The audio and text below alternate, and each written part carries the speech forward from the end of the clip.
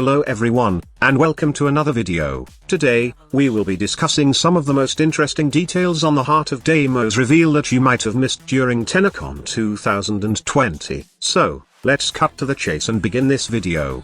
The first thing was the Necrolisk map, which might have revealed all that we can expect in the new infested open world. Aside from mining, conservation, fishing, and the new lore area, we will most likely have modular things in this new update. I know many of you would think that it's probably either a new kit gun or Zor of some sort, and this was also my initial thought. Apparently, it looks like we'll be having something different this time. Remember that necromechs that they showcased close to the ending of the Heart of Deimos reveal? This could possibly be the craftable things in the Necrolisk. In one gaming article, which I will leave the link at the pinned comment, it hinted us that necromechs are acquirable in the Heart of Deimos. I don't know yet if will be included in the story quest, but most likely, we will see a new vendor inside Necrolisk which will sell mech parts. This new necromech will function similarly to your Archwing unit. You'll be able to customize and upgrade it on its own loadout screen in your orbiter. I'm guessing that the basic parts would somehow be like the MOs we have on Fortuna, but will be added with custom guns for the mech.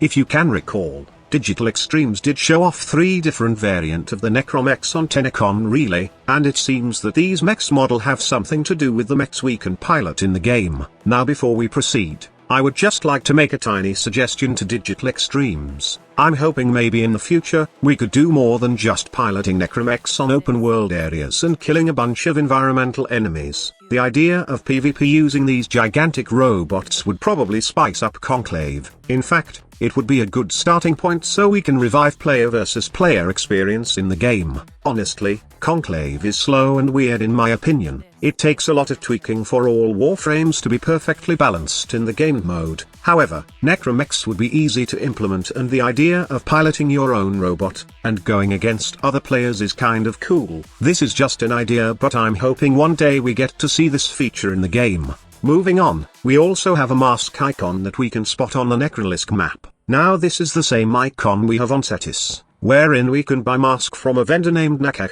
Also, this new vendor could provide more than just mask. Remember that Nakak also holds operational standings used to buy stuff during the Plague Star event. So, we might see something other infested goodies from this new vendor in the future.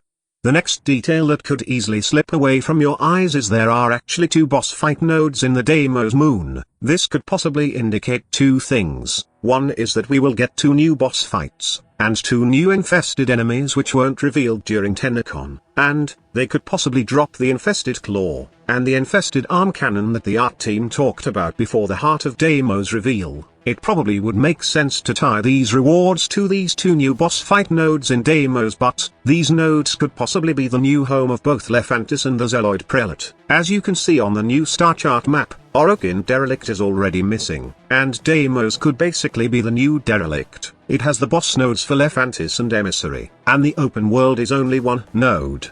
The assumption is that all of the Derelict missions have location names and now exist on Deimos, along with corrupted vaults. I might be wrong, and this is just an educated guess, but who knows? But honestly, I think the second guess is a more sensible idea since Digital Extremes didn't tease any other boss fights in the new update. Speaking of boss fights, I'm still expecting that both Sunworm and Moonworm to be the big boss fight that we will have on the new infested open world. There are little details that have been shown about these giant worms during the event, but they are said to be the ones affecting the day and night cycle of the new infested world. Cross that, there's no day and night cycle, it's basically Sun or Moonworm dictating who is in charge.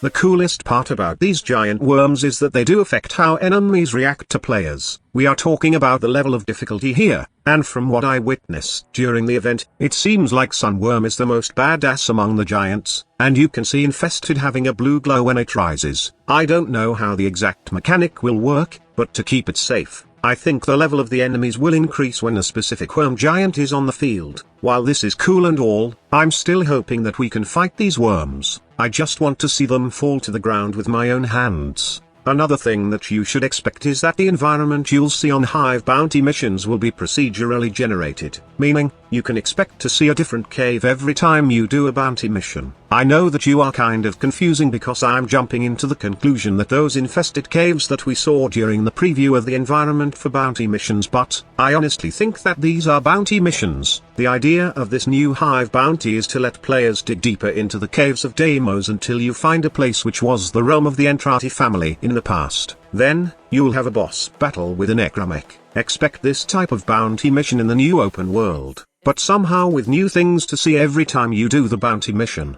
So these are the additional details I've learned after replaying the event video frame by frame, and with the help of my community. If you spot some details that are not included in this video, then please be kind and share it on the comments box below. I know for some that speculating is pointless, but it's a good pastime while waiting for the update. Thank you all for your support. I hope to see you again in my next video. Squad Leader signing off. This is the future. Human error.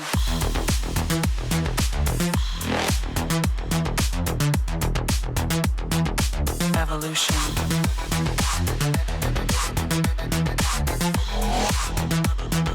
This is the future.